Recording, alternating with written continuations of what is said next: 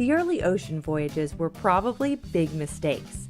A vessel could be thrown off course by a sudden storm or error by the helmsman. So, how did the early sailors navigate the oceans? Long before the magnetic compass reached Europe, the Vikings were sailing across oceans to both the east and west, discovering new lands in the west such as Iceland and Greenland, and even discovering America, nearly 500 years before Christopher Columbus. These brave Vikings were creative in compensating for their lack of technology.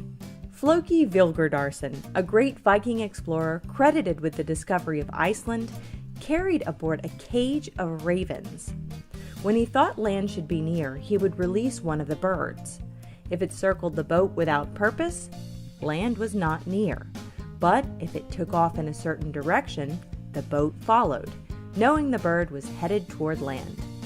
The early Pacific Polynesians were the first to use the motion of the stars, weather, the position of certain wildlife species, or the size of waves to find the path from one island to another.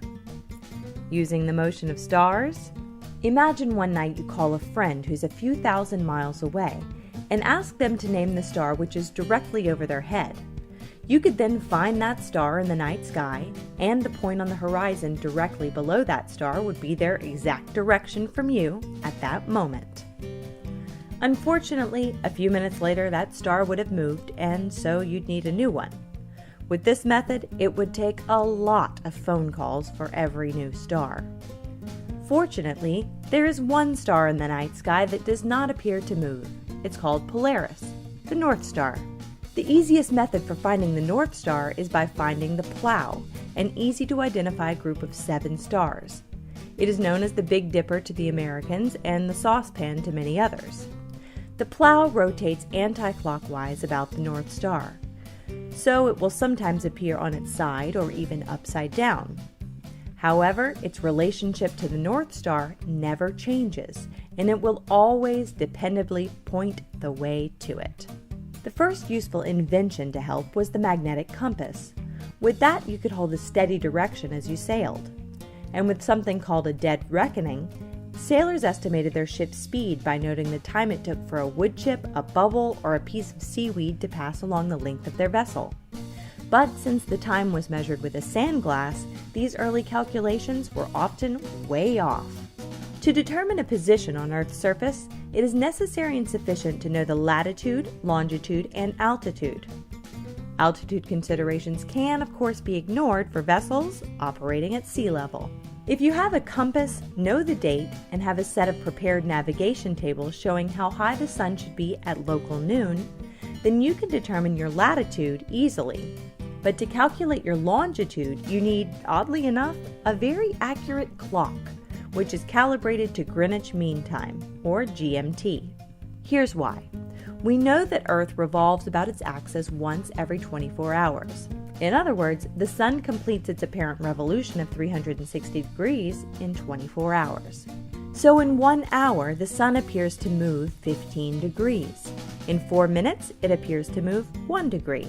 In 1 minute, it appears to move 15 arc minutes. In 4 seconds, it appears to move 1 arc minute, and so on. If you're sailing and it's 1800 hours GMT and the local time is 800 hours, then you get a time difference of minus 10 hours. Minus 10 hours is minus 150 degrees. Therefore, you are 10 hours behind GMT, which means your longitude is 150 degrees west. In 1714, the British government offered a prize to anyone who could perfect and demonstrate a clock that would be accurate enough over long voyages to give the desired precision in locating a ship. This type of clock was called a chronometer. But the problem was that all the clocks of the time were mechanical. They were upset by changes in temperature, humidity, vibration, corrosion, etc. In 1775, Captain Cook returned from a 3-year voyage, having used one of the chronometers submitted by Larkham Kendall, which was a copy of the H4 clock made by John Harrison. Upon comparing it to local reference clocks, it was found to have been accurate to within 8 seconds per day. Nowadays, of course, navigating is much simpler. All large ships today rely on global positioning system.